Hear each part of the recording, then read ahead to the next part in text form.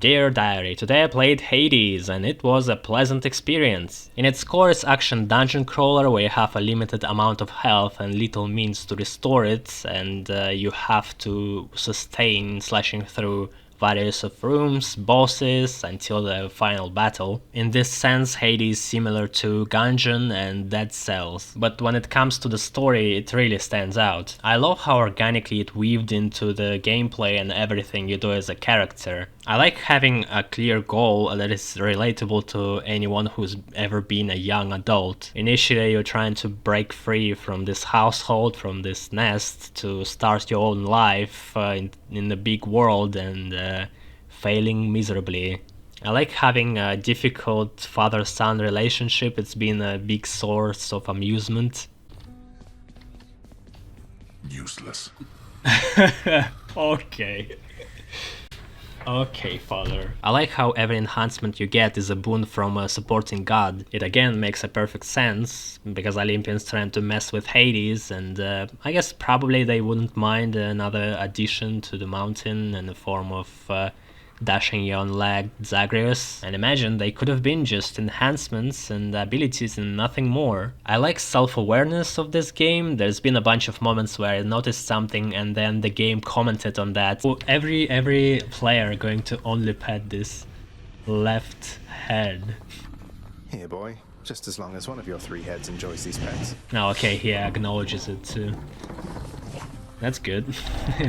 At some point I asked why I can't just use Charon's boat to escape, and then Zagreus had the same idea in one of the conversations when he tried to bribe Charon to ferry him out of this place. When I saw Hades burning his cape a third time, I had a joke about him having a closet full of them, and of course Zagreus repeated it later. A lot of the time characters going to acknowledge what you've been doing with which gods you've been dealing with. Usually it's Olympian gods, and it creates an interesting dynamic because almost all of them are nosy and jealous. Hypeness has a lot of comments on the ways you died last attempt. My favorite one would be when you die to Hades, and when you die to Charon would be my close second. One time I had a terribly unlucky run and had no health going into last Hades battle, and he acknowledged that and started mocking me.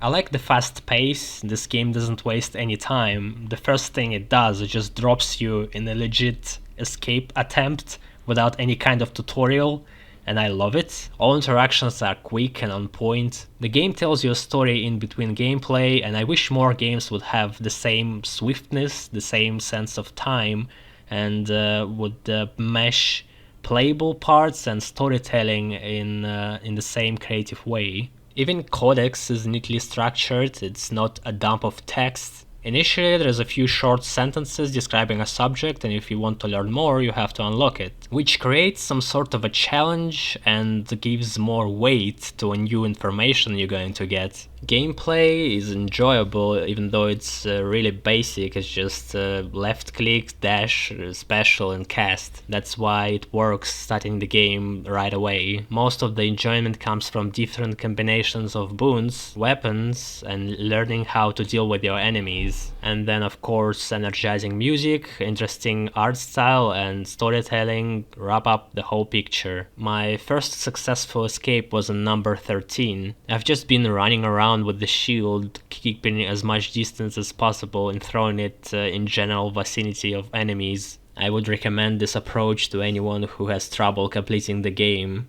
With this, you barely need any knowledge of what your enemies are doing because you're so far away.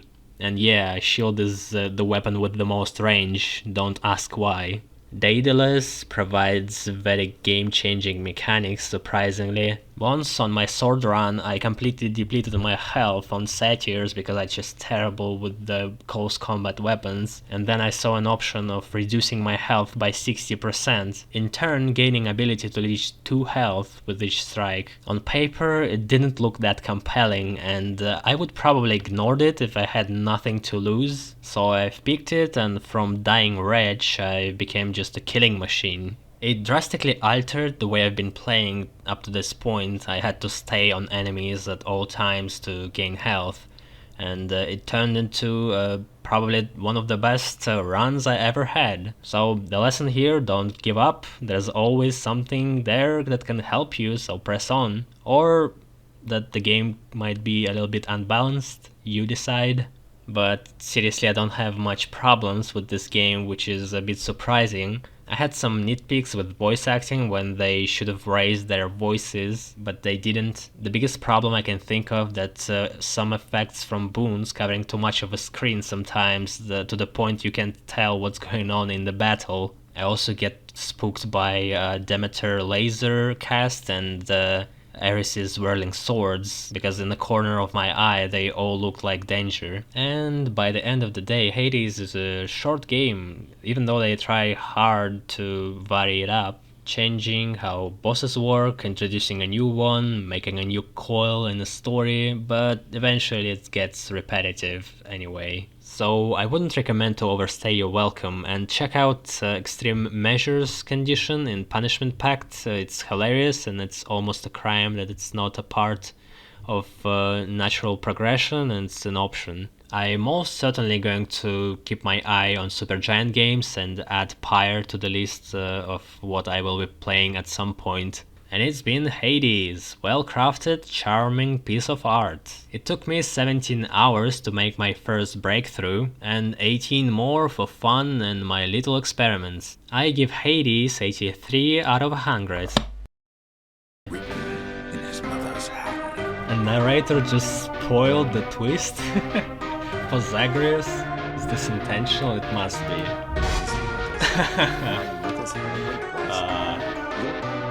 I never experienced the reveal from a narrator to a character.